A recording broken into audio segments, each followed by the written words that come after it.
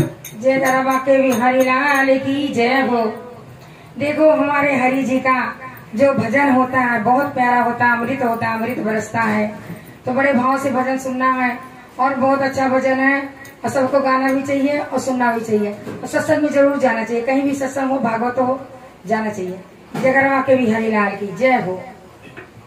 हरि का नाम अमृत है, हमें पीना नहीं आता।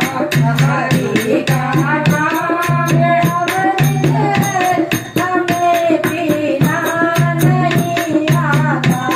हरि का नाम अमृत है, हमें पीना नहीं आता। हरि का